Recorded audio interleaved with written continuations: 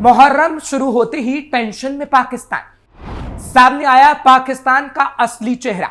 मुहर्रम की शुरुआत हो गई है और पाकिस्तान में शहबाज की टेंशन बढ़ गई है और इस टेंशन में शहबाज ने अपना इस्तीफा तक तैयार रखा हुआ है, क्योंकि पाकिस्तान में हालात कुछ ऐसे हैं कि पाकिस्तान कई टुकड़ों में बंट सकता है और मुहर्रम के दौरान उसकी शुरुआत हो चुकी है। और अगर ऐसा हुआ तो पाकिस्तान शायद दुनिया के नक्शे से ही मिट जाए और इसलिए शहबाज को रातों को नींद तक नहीं आती और तो और इस डर से ही मुहर्रम पर ऐसी पाबंदियां लगाई गई कि मानो पाकिस्तान की आवाम नहीं पाकिस्तान की गुलाम हो। नमस्कार, कैपिटल टीवी देख रहे हैं आप, मैं हूं आपके साथ हर्ष भारद्वाज। जैसे ही मुहर्रम का महीना शुरू हुआ, पाकिस्तान के प्रधानमंत्री शहबाज शरीफ की टेंशन बढ़ गई है। एक तरफ उन्हें बजट पास करना था तो दूसरी तरफ देश में कानून व्यवस्था बनाए रखने की बड़ी चुनौती भी उनके सामने थी। हालिया क्षेत्रीय हालात और आतंकी घटनाओं ने उनकी मुश्किलें वैसे ही बढ़ा रखी हैं और इसी वजह से पाकिस्तान को मुहर्रम को लेकर सुरक्षा तैयारियां तेज करनी पड़ी, खासकर ऐसे वक्त में जब देश में धार्मिक भावनाएं चरम पर होती हैं और आतंकी गतिविधियों का खतरा बना रहता है।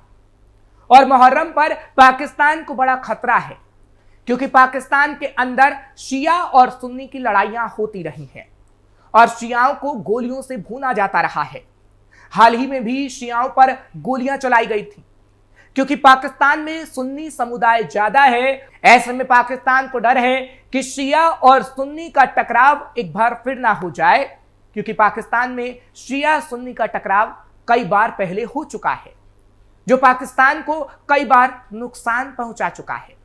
इसलिए मुहर्रम पर पाकिस्तान में कई तरह की पाबंदियां लगाई गई हैं। पाकिस्तान में पिछले साल मुहर्रम पर हुआ था कत्लेआम। पाकिस्तान में पिछले साल मुहर्रम पर ही शिया और सुन्नी समुदाय भिड़ गए थे, हजारों लोगों की जान गई थी और इस बार भी ऐसा हो सकता है। दरअसल साल 2024 में हिंसा में 80 से ज्यादा लोगों की मौत हो गई थी। यह हिंसा इस सूबे के कुर्रम इलाके में हुई। पाकिस्तान में शिया और सुन्नी मुस्लिमों के कबीलों की इस लड़ाई के कारण बड़ा आर्थिक नुकसान हुआ था। कई जगह दुकानें जलाई गई थी। इस इलाके की सीमा अफगानिस्तान से मिलती है। यहां इस लड़ाई में कबीलों के अलावा अलग अलग लड़ाके भी शामिल हैं। शिया सुन्नी के बीच इस हिंसा के पीछे कबीलाई लड़ाई के अलावा जमीन का विवाद भी बताया जाता है, जिस कारण पाकिस्तान में हिंसा होती है। पाकिस्तान में मुहर्रम पर कुर्रम इलाके में क्या हुआ?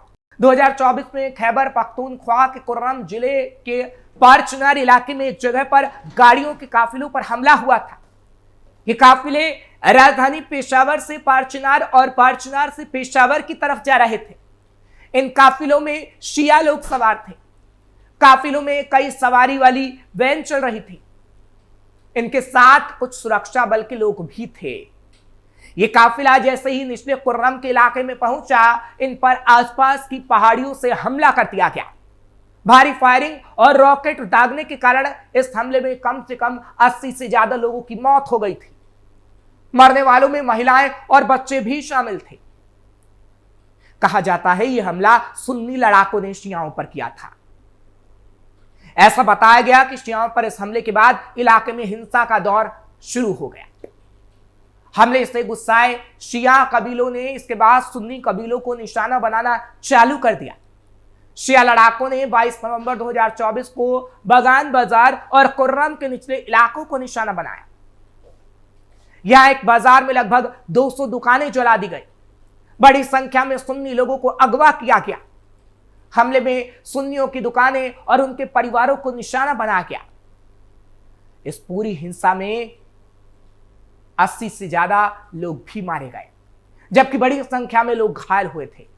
मरने वालों में सबसे ज्यादा तादाद शियाओं की ही थी।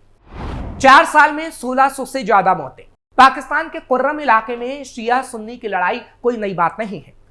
पारचनार पाकिस्तान के उन कुछ इलाकों में है जहां शिया आबादी सुन्नी से ज्यादा या उसके बराबर है। रिपोर्ट बताती है कि यहां शियाओं की आबादी लगभग 45% है। इसमें वह कुर्रम के ऊपरी इलाकों में बहुसंख्यक है। हालांकि निचली इलाकों में सुन्नी मजबूत हैं और यही इलाका इसे बाकी देश से जोड़ता है। एक रिपोर्ट कहती है कि 2007 से 11 के बीच यहां शिया सुन्नी की लड़ाई के कारण 1600 से ज्यादा लोग मारे जा चुके हैं। यह आंकड़ा सरकारी है। रिपोर्ट कहती है कि असल आंकड़ा कहीं ज्यादा है। घायल होने वालों की संख्या 5000 से भी ज्यादा बताई जाती है। जुलाई 2024 में यहां 80 से ज्यादा मौतें हुई जब मुहर्रम था और शिया सुन्नी की लड़ाई हुई। यह लड़ाई कई दशकों से जारी है। लड़ाई में शिया सुन्नी कबीलों के अलावा आतंकी समूहों के शामिल होने की बात भी कही जाती है। लखनऊ से इस लड़ाई का कनेक्शन। लड़ाई का मूल कारण 1930 से चली आ रही दुश्मनी बताई जा रही है। 1930 के दशक में तब अविभाजित भारत में लखनऊ में शिया सुन्नी दंगे हुए थे। लखनऊ में शिया सुन्नी दंगों का पुराना इतिहास रहा है। इस दंगे के दौरान शिया मौलानाओं की अपील पर पारचिनार इलाके से भी शिया लोग लड़ने के लिए लखनऊ गए थे। इन्हें रोकने के लिए यहां के सुन्नी मौलानाओं ने अपील की थी। इस लड़ाई की जड़ वहीं से पड़ गई थी। इसके अलावा यहां रहने वाले शिया और सुन्नी कबीलाई लोग हैं। इन इलाकों में सर के बदले सर का नियम चलता है। बंदूक रखने को यहां सम्मान की दृष्टि से देखा जाता है। कबीलाई लड़ाई में एक और मामला जमीन से भी जुड़ा हुआ है। एक रिपोर्ट बताती है कि 1890 में अंग्रेजों के शासनकाल के दौरान यहां पर ये कबीले बसाए गए थे। इस इलाके में उसी हिसाब से जमीन भी आवंटित की गई थी। इसी जमीन पर कब्जा शिया का होगा या सुन्नी का, इसी के विवाद में लगातार हिंसा होती रही है। जिन जमीनों को लेकर लड़ाई है उनके कोई भी आधिकारिक दस्तावेज मौजूद नहीं है। ऐसे में मालिकाना हक को लेकर लड़ाई होती रही है। जमीन पर लड़ाई इसलिए भी है क्योंकि यही जमीन इस इलाके में उबर्रा है। यहाँ चावल, फल और बाकी चीजों की खेती भी होती है। कबीलाई और दूरस्थ इलाके होने के कारण यहाँ आय के और कोई साधन नहीं है। ऐसे में जमीन की महत्ता और भी बढ़ जाती है। जमीन की यह लड़ाई पारचिनार के कम से कम 10 गांवों में है। एक शिया परिवार की दूसरे सुन्नी परिवार से लड़ाई भी कबीलाई जंग का रूप ले लेती है। हालांकि मसला सिर्फ जमीन को लेकर ही नहीं, कई और भी मतभेद हैं। आपसी मतभेद भी बड़ा मामला। शिया और सुन्नी के बीच लड़ाई का मामला जमीन तक सीमित ना होकर पाकिस्तान की सीमा भी लांघता है। जैसा कि हम सब जानते हैं कि पाकिस्तान में अधिकांश आबादी सुन्नी है। जिस इलाके में लड़ाई हो रही है वो 3 तरफ से अफगानिस्तान से घिरा है और ये इलाके तालिबान जैसे आतंकी संगठनों का गढ़ भी है।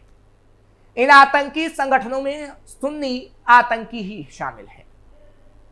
अफगानिस्तान में 1989 से चालू हुई जिहाद के बाद इस इलाके में भी सुन्नी आतंकियों की आमद हुई है। शिया कबीलों का आरोप है कि यहाँ के रहने वाले सुन्नी बाहरी आतंकवादियों को बुलाकर उन्हें निशाना बनाते हैं। हमले 1930 के बाद 1960, 1970 और 1990 के दशक में भी हुए हैं। 1971 में यहां एक मीनार के निर्माण पर शिया और सुन्नी में लड़ाई हुई थी। 1977 में एक मस्जिद के इमाम की हत्या के बाद भी हिंसा हुई। 2007 में यहां चालू हुए दंगों में लगभग 2000 से ज्यादा लोग मारे गए थे। इस इलाके के कुछ गांवों पर अल-कायदा और तालिबान ने भी कब्जा करने का प्रयास किया है। पाकिस्तान में शिया और सुन्नी आबादी। साल 2009 की प्यू रिसर्च रिपोर्ट के मुताबिक पाकिस्तान में शिया कुल आबादी का करीब 15% है। वहीं 96% से ज्यादा मुस्लिम आबादी वाले इस मुल्क में करीब 80% सुन्नी आबादी है। पाकिस्तान में अक्सर कई मौकों पर शिया और सुन्नी समुदाय के बीच तनाव देखने को मिल रहा है।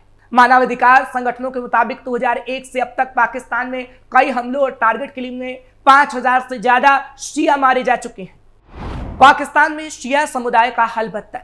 पाकिस्तान की 22 करोड़ की आबादी में 20% लोग शिया हैं। एक सुन्नी बहुल देश में ये शिया मुस्लिम अल्पसंख्यक हैं। लेकिन एक सच ये भी है कि पाकिस्तान में ईरान के बाद सबसे ज्यादा शिया रहते हैं।